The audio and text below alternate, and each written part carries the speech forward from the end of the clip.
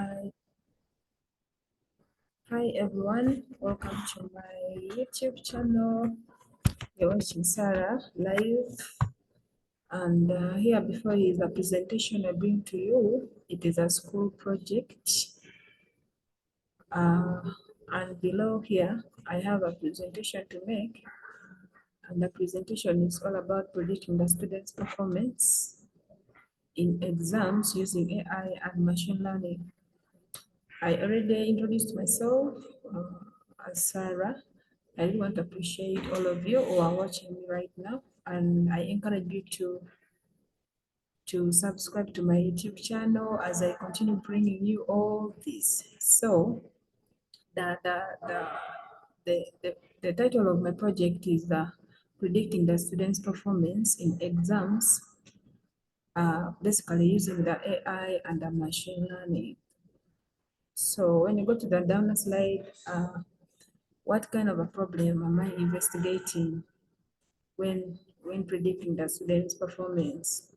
The problem here that I'm investigating is the actual use of the artificial intelligence in performing, like predicting the student's performance. I really need to know how accurate artificial intelligence and machine learning can give me the best results according to my project. When you go to the down slide, I'll be discussing about the background of my project.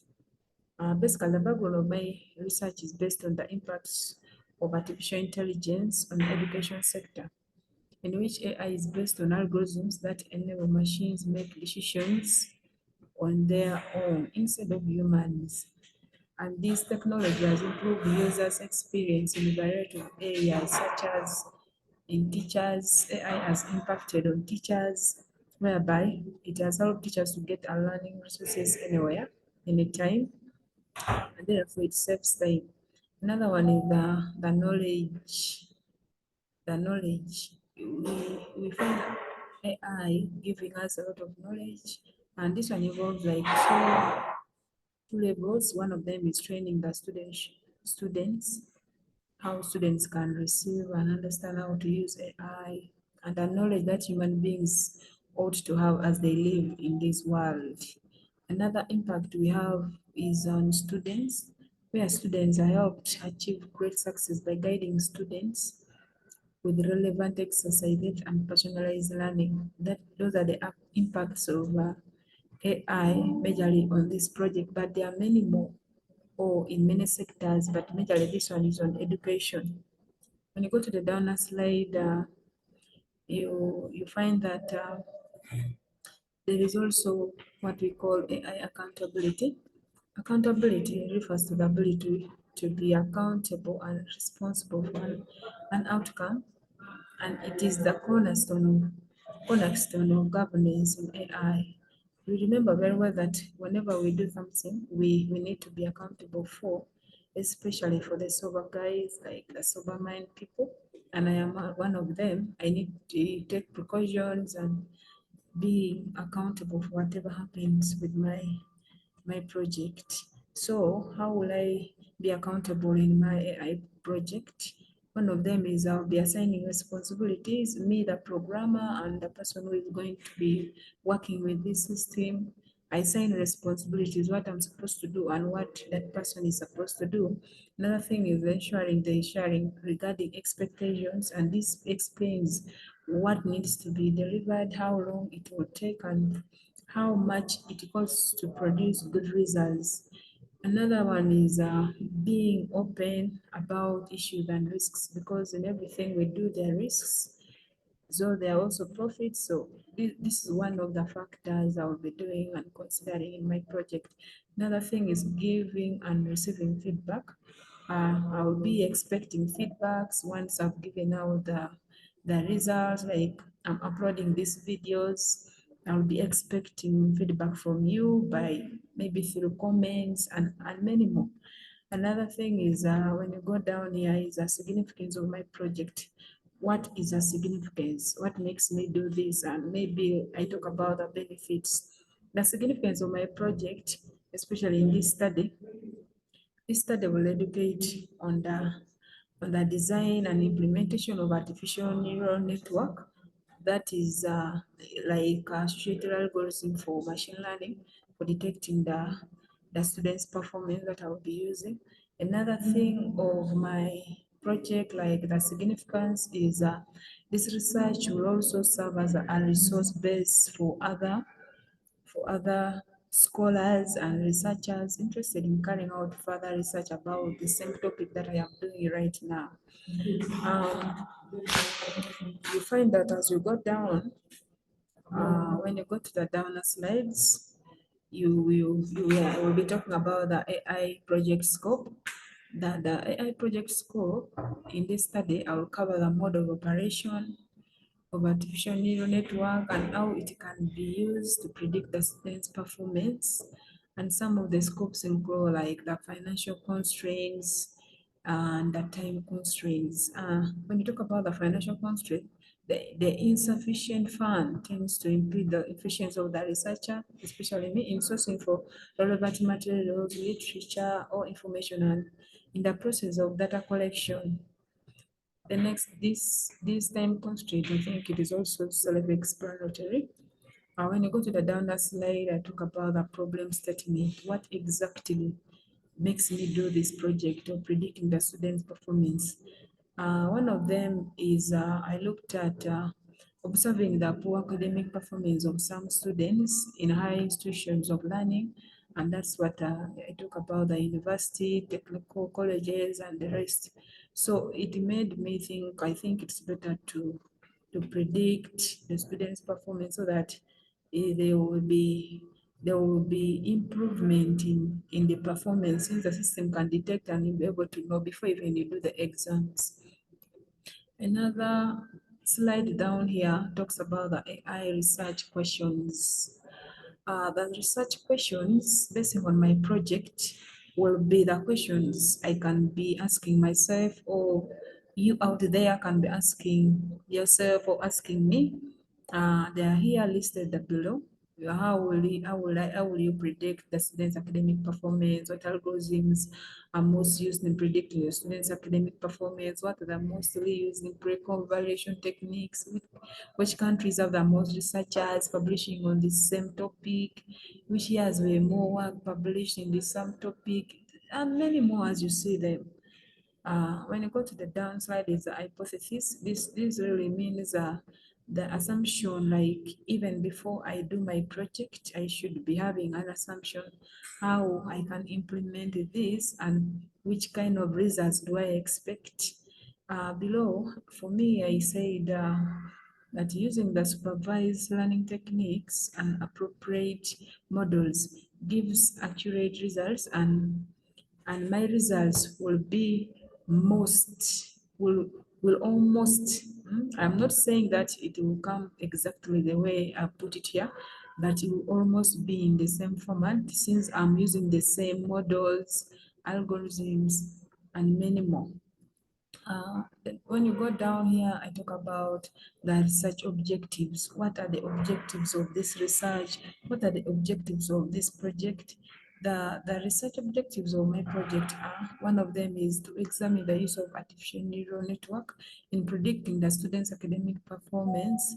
Next is to examine the mode of operation of artificial neural network.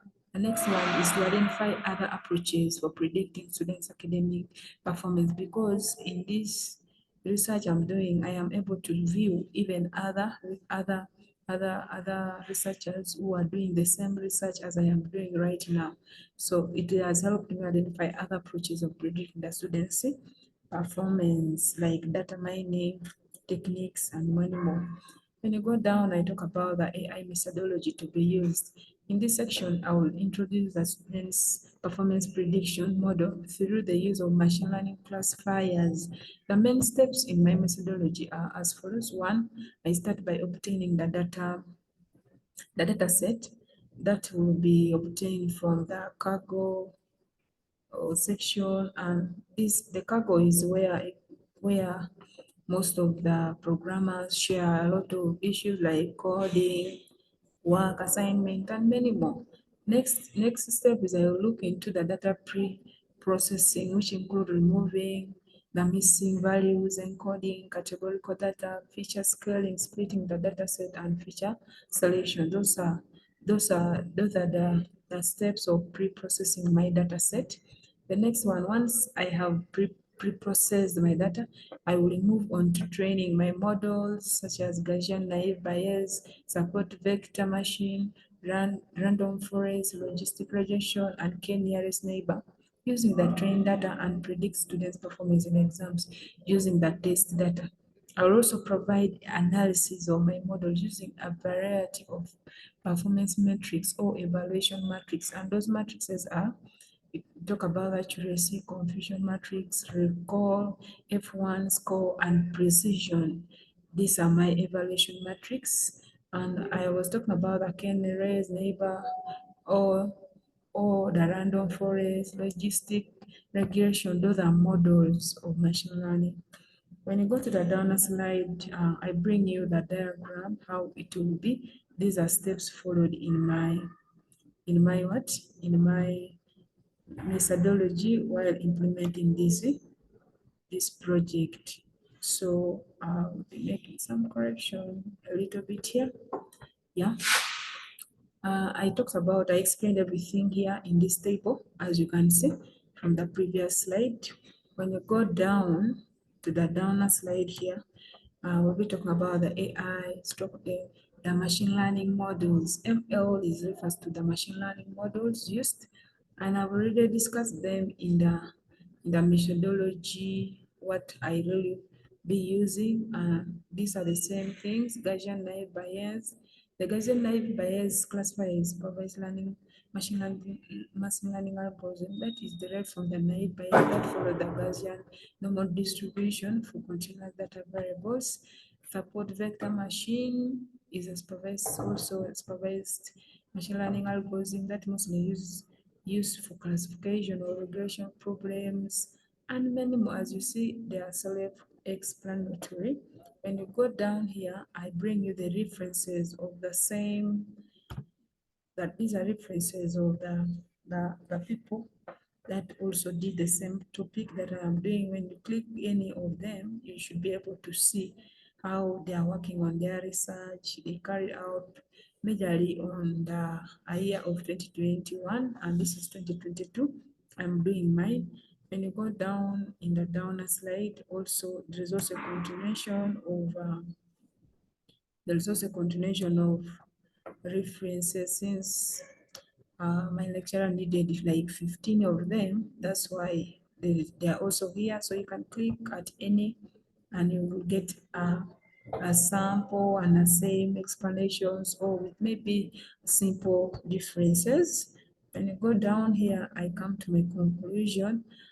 In this paper, prediction of students' performance will be performed by first preprocessing my data and extracting features that have more variance in comparison to the other features. Thereafter, I will perform dimensionality reduction using information gained to extract features that have the most variance to better my models, training and testing accuracy. From the 5 of the shell classifiers I talked about previously, I will use support vector machine as the best performance classifier. Since the previous researchers, I view they have the best results. It is actually the best model that I will be using while pre-processing my data and while using the artificial neural network. I want to appreciate you for watching me. I want to encourage you that I will be uploading more videos on this project of my artificial intelligence. It's a school project. You'll be able to see how things will be moving, including code. I will be explaining how I will be doing it. Keep on watching and please subscribe and make comments where maybe I make corrections. Thank you.